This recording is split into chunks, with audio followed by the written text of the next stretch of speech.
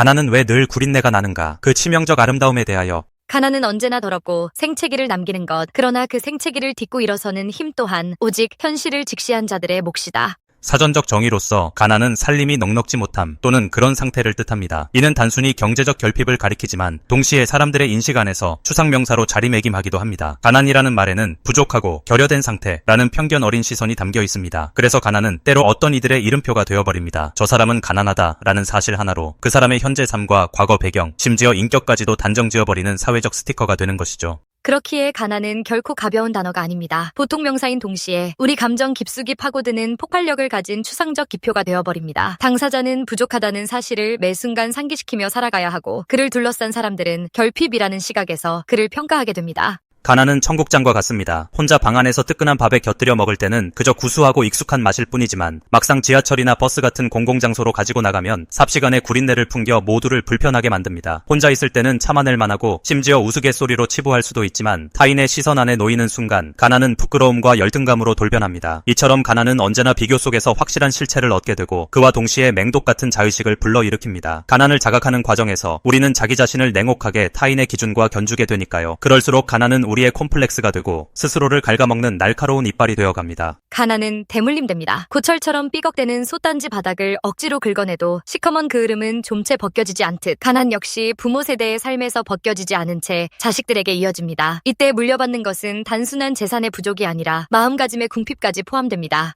결국 부유함을 물려주거나 혹은 부를 창출할 정신 사고방식을 물려줘야 하는데 그렇지 못한 경우 가난은 더욱 강력한 형태로 전승됩니다. 왜냐하면 주거 환경과 삶의 방식, 교육 기회부터 심지어 사고방식까지 이미 결핍의 틀 안에 갇혀 있기 때문입니다. 어떤 가난은 사람의 타고난 가능성을 시들게 만들고 주변 환경마저 곰팡이처럼 좀먹어버립니다. 그래서 한번 깊이 박힌 가난에서 벗어나는 일은 종종 생각보다 더 어려운, 어쩌면 거의 불가능에 가까운 과업처럼 느껴지기도 합니다. 그렇다고 해서 모든 가난이 패배주의로 가득 차 있는 것은 아닙니다. 가난은 죄가 아니지만 그것을 물려주는 건 중죄다라는 신념에서 출발해 그 가난을 뛰어넘으려는 결연한 의지로 이어지는 사람들이 있습니다. 이들은 나는 가진 게 없으니 더 열심히 노력해야 한다고 스스로 다짐하며 절망보다는 실천으로 매일을 살아갑니다. 그들이 마주한 삶의 무게는 결코 가볍지 않습니다. 하지만 이들은 불평등을 향해 원망하는 대신 그저 내가 감당해야 할 고통의 크기만을 헤아립니다. 그래서 이들의 눈빛은 단단하고 고요합니다. 바람 잘 날 없는 세상 속에서도 흔들리지 않고 묵묵히 자신의 길을 가는 이들의 모습은 가난을 극복하는 가장 아름다운 예시입니다.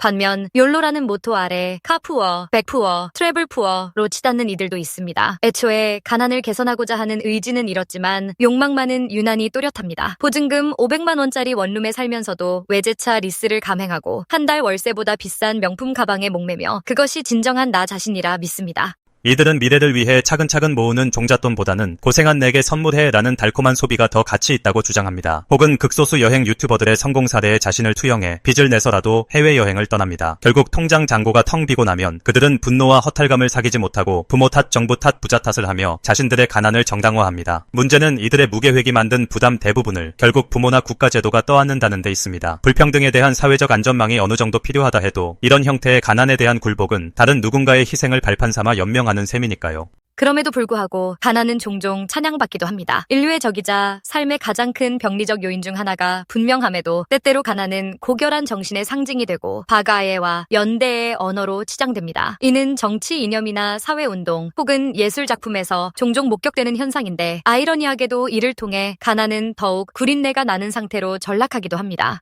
그 이유는 가난을 성스러운 무언가로 포장함으로써 오히려 그 비참함을 부각하는 역설적인 효과가 나타나기 때문입니다. 겪어보지 않은 자들이 찬양하는 가난은 현실감이 없습니다. 오로지 아름답고 근사하게만 포장되어 그 뒤에 숨은 절박함과 불편한 냄새를 외면해버립니다. 결국 가난은 활용되기도 합니다. 부유한 이들은 가난의 미덕을 부르짖으며 더 큰 부를 축적하고 정작 가난한 이들은 그 필연적이고 절대적인 굴레에서 벗어나기 어려워집니다. 자본과 권력을 쥔 일부 사람들은 가난은 아름답고 숭고하다고 치켜쓰면서 그들의 양심을 세탁합니다. 그러나 그 말은 가난의 실제적 해법을 제시하지 않습니다. 가난을 신성시함으로써 현실의 불합리를 덮거나 혹은 가난이 자발적 선택으로 여겨지도록 만들어 오히려 진짜 빈곤층을 더 부끄럽게 하고 분노케 합니다. 이것이야말로 교묘한 위선이고 어떤 정치는 이러한 구조적 모순을 더욱 강화하기도 합니다. 왜냐하면 정치적 이익을 위해서는 가난한 이들을 구체적인 현실 속에서 일깨우기보다는 이념적 상징으로 묶어두는 편이 편리하기 때문입니다. 결론적으로 가난은 결코 아름답지 않습니다. 자꾸 낭만화하고 미화하는 말들이 넘쳐나지만 실제로 가난을 겪어본 이들은 하나같이 더럽고 냄새나는 것이라고 말합니다. 현금이 바닥난 통장과 월세 독촉장의 무게, 열악한 주거 환경에서 시도 때도 없이 퍼지는 곰팡이 냄새, 교육비를 마련하지 못해 기회를 잃는 자녀를 바라보는 마음은 결코 희극이 아닙니다.